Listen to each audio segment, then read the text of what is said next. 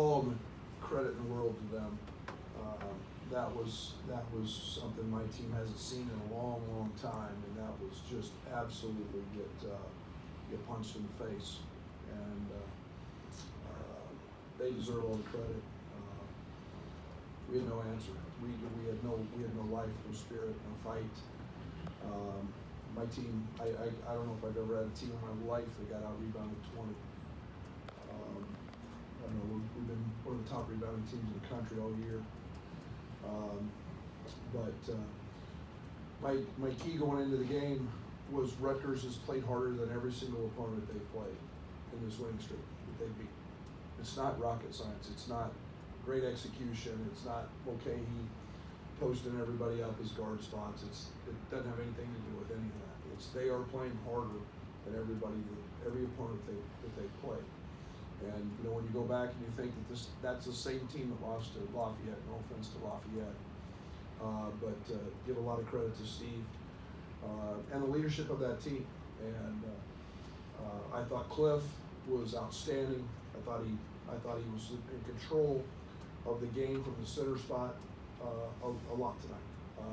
Blocking shots, rebounding the basketball, and then his ability to catch late lobs and score. He was terrific. But we were never in it, and didn't play very well. And you're not going to win games when you miss your first 13 threes. And I thought most of them were good shots, but when you don't have the energy and the desire to want to work to win, the ball will never go in.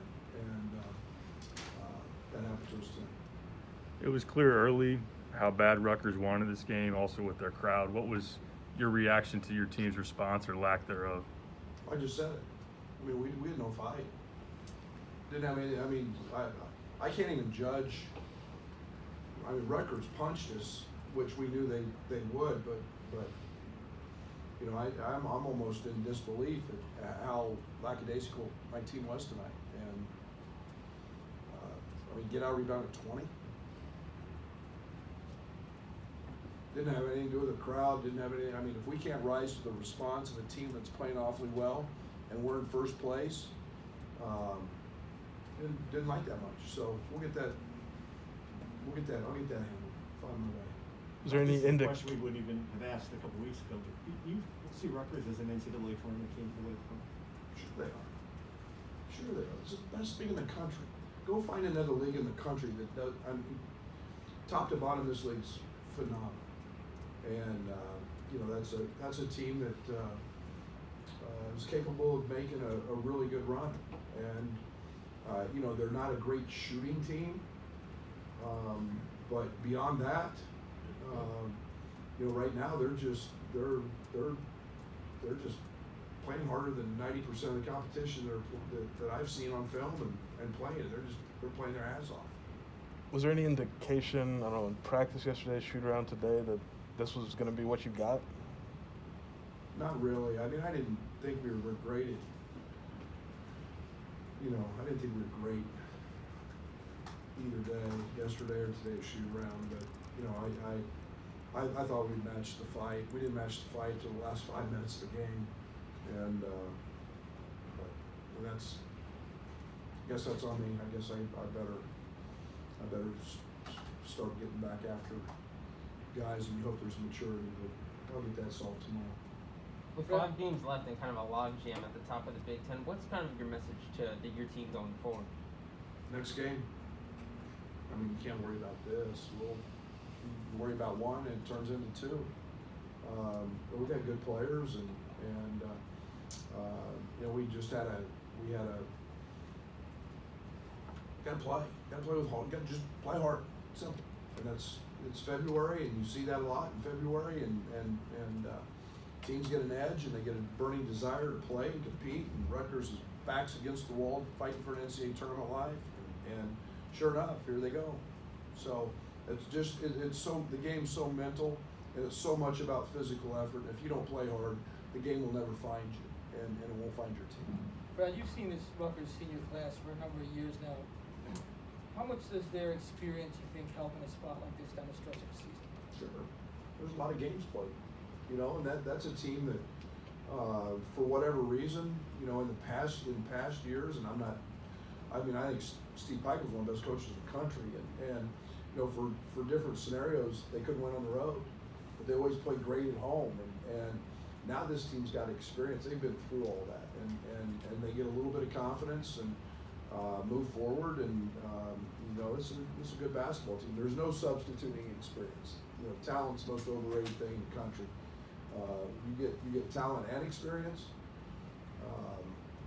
and you're cooking with gas then. Coach, you're on the wrong side of 19-2 against Northwestern before this, and then the runs in this game. Is there anything you're noticing in those moments when you get punched in the mouth, that leadership-wise, or just something to get right on track faster? Derek, we're not making shots.